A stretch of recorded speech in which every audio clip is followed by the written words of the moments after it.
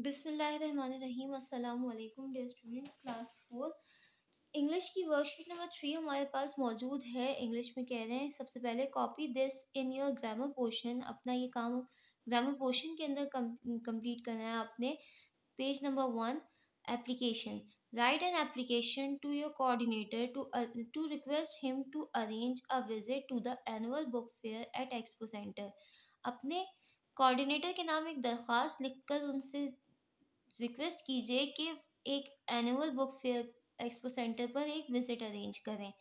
Page number 2, page number 1 के ऊपर आपने ये क्वेश्चन लिखना था एप्लीकेशन का। पेज नंबर 2 पर आएंगे आप, एप्लीकेशन स्टार्ट करेंगे। टू द कोऑर्डिनेटर, दारुल इल्म फाउंडेशन, जमान टाउन, कराची। ये डेटा हम लोग इसलिए लिखते हैं ताकि हमें पता चल सके कि हमने दरख्वास्त लिखी किसको है, एप्लीकेशन लिखी किसको है। किसको लिखी है? कोऑर्डिनेटर को लिखी है। किसके कोऑर्डिनेटर को? दारुल इल्म फाउंडेशन की कोऑर्डिनेटर को। और दारुल इल्म फाउंडेशन है कहाँ? जमान टाउन, कराची में। फिर उसके बाद आते हैं हम सब्जेक्ट की तरफ। Subject requesting to arrange a visit to annual book fair. Subject इसलिए लिखते हैं ताकि एप्लीकेशन देखते के साथ ही पढ़ने वाले को पता चल जाए कि एप्लीकेशन लिखी क्यों गई है। क्यों लिखी गई अरेंज? क्यों लिखी गई है एप्लीकेशन? ताकि रिक्वेस्ट करने के लिए कि एक विजिट एनुअल बुक फेयर पर आप अरेंज करें। Respected sir, most respectfully I want to say that in December 2020 the annual book fair is going to happen in Expo Center Karachi। बहुत ही एहतराम के साथ मैं आपसे कहना चाहती हूँ या चाहता हूँ कि 2020 दिसंबर में एक एनुअल बुक फेयर, सालाना बुक किताबों का एक फेयर लगने वाला है एक्सपो सेंटर कराची में। I want to request you to please arrange a visit to Expo Center in December to attend that book fair। मैं आपसे रिक्वेस्ट करना चाहती हूँ, गुजारिश करना चाहती हूँ कि आप वहाँ का एक विज़िट अरेंज करें उस एक्सपो सेंटर में दिसंबर में, ताकि हम वो बुक फेयर अटेंड कर सकें। It would be very helpful for us. ये हमारे लिए बहुत ही मददगार साबित होगा। I shall be highly thankful to you if you accept my request. मैं आपकी तहे दिल से शुक्रगुजार होंगी या होऊंगा अगर आप मेरी ये दरख्वास्त कबूल कर लें। योर सिंसियरली, आपकी मुखलिस या फर्माबरदार। Name, date. नेम आपने अपना लिखना है। डेट आपने वो लिखनी है जिस डेट पे आप ये काम कर रहे हैं। यहाँ हमारी दरख्वास्त ख़त्म हो गई, एप्लीकेशन हमारी ख़त्म हो रही है। तो जहाँ भी आपकी ये एप्लीकेशन ख़त्म हो उसके नेक्स्ट पेज पे आपने नेक्स्ट काम करना है। नेक्स्ट पेज पे आएंगे आप, यहाँ पे लिखा हुआ है बुक वर्क। कह रहे हैं कि नोट लिखा हुआ है do this work in your English book. अपना अपना ये काम इंग्लिश की किताब में मुकम्मल करें। पेज नंबर 75 लिखा हुआ है एक्सरसाइज बी।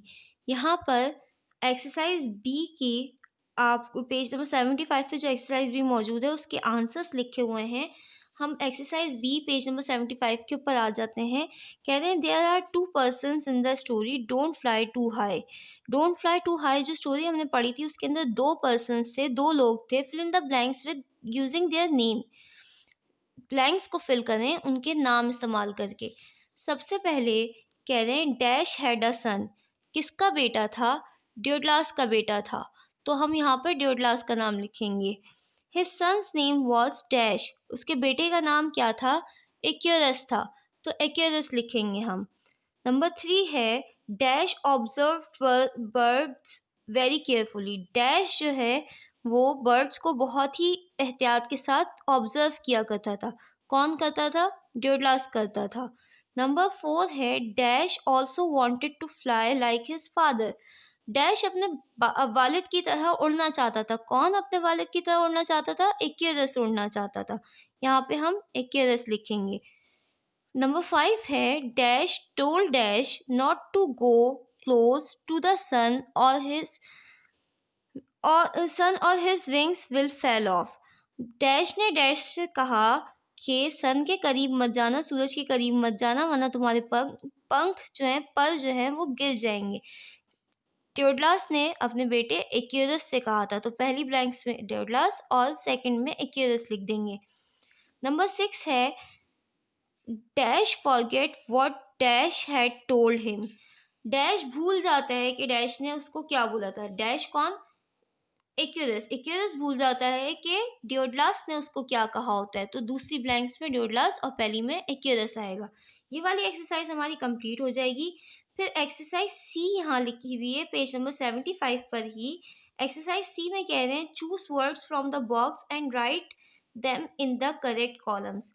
हेल्प बॉक्स दिया हुआ है यहाँ पर, इसमें जो है कुछ चीज़ों के नाम लिखे हुए हैं और नीचे 2 कॉलम्स दिए हुए हैं आपको। एक में कह रहे हैं थिंग्स दैट मेल्ट, एक में कह रहे हैं things that do not melt. एक में आपने इनमें से सेलेक्ट करके उन चीज़ों के नाम लिखने हैं जो मेल्ट हो सकती हैं, पिघल सकती हैं, और यहाँ पे उनके नाम लिखने हैं जो पिघल नहीं सकते। तो बटर, बटर क्या है? पिघल सकता है या नहीं पिघल सकता? बटर पिघल सकता है, तो हम कहाँ लिखेंगे? थिंग्स दैट मेल्ट में लिखेंगे। ऑयल, ऑयल जो है पिघल सकता है या ऑलरेडी पिघला हुआ होता है? तो भाई ऑलरेडी पिघला हुआ होता है, उसको मेल्ट नहीं कर सकते हैं हम मज़ीद। तो ऑयल को हमने things that do not melt में लिखेंगे। इस तरह से ये वाली एक्सरसाइज आपने सॉल्व करनी है। फिर एक्सरसाइज सी के बाद आप लोगों के पेज नंबर 76 पे एक्सरसाइज ए करने के लिए कह रहे हैं। एक्सरसाइज ए के आंसर्स यहाँ पर सारे मौजूद हैं। पेज नंबर 76 पर आएंगे हम। पेज नंबर 76 पर हम देखेंगे कह रहे हैं कि एक्सरसाइज ए में कि the people of Greece are called Greeks. Greece में रहने वाले लोग जो हैं ग्रीक्स कहलाते हैं। What are the people of the following countries called. इन तमाम कंट्रीज के लोगों को क्या कहा जाता है? तो उनको वो लिखना है यहाँ पे हमें। जैसे पाकिस्तान है तो पाकिस्तान के लोगों को क्या कहते हैं? हम पाकिस्तान हैं तो पाकिस्तानी हैं, तो पाकिस्तानी कहा जाता है ना हमें पाकिस्तान में रहने वालों को। इसी तरह जापान में रहने वालों को जापानीज कहते हैं। रशिया में रहने वालों को रशियन कहते हैं। इंग्लैंड में रहने वालों को इंग्लिश। जर्मनी में रहने वाले को जर्मन। इंडिया में रहने वालों को इंडियन। स्पेन में रहने वालों को स्पेनिश। चाइना में रहने वालों को चाइनीज़। अमेरिका में रहने वालों को अमेरिकन। और कनाडा में रहने वालों को कैनेडियन कहते हैं। इन सब के आंसर्स यहाँ पे लिखे हुए हैं, आप देखकर इजीली कर सकते हैं। Now come to the last page. Last page पे एक्सरसाइज सी लिखा हुआ है पेज नंबर 76 पर। जो एक्सरसाइज सी मौजूद है वो करनी है हमने। तो come to the page number 76। Page number 76 पे देखें, एक्सरसाइज सी है name the 10 means of transport are hidden. Name of 10 means of transports are hidden in the crossword puzzles. Find them out and encircle them. कह रहे हैं कि इस puzzle के अंदर 10 मीन्स ऑफ ट्रांसपोर्ट यानी कि ट्रांसपोर्ट की 10 चीज़ों का नाम लिखे हुए हैं, उनको आपने सर्कल करना है और यहाँ पे लिखना है। इसके अंदर जो चीज़ें मौजूद हैं, जो मीन्स ऑफ ट्रांसपोर्ट मौजूद हैं, वो यहाँ पे मैंने लिख दिए हैं। तो आप इनको देखकर इजीली सर्च करके सर्कल कर सकते हैं। ये आपने करना है। फिर नोट लिखा हुआ है bring your books along with the copy. आपने अपनी बुक भी लेकर आनी है अपनी कॉपी के साथ। और फिर उसके बाद लास्ट में डायरी लिखी हुई है learn essay how to be a good student. आपकी कॉपी में एक ऐसे मौजूद है how to be a good student, आपने वो याद करना है। जज़ाकल्लाह।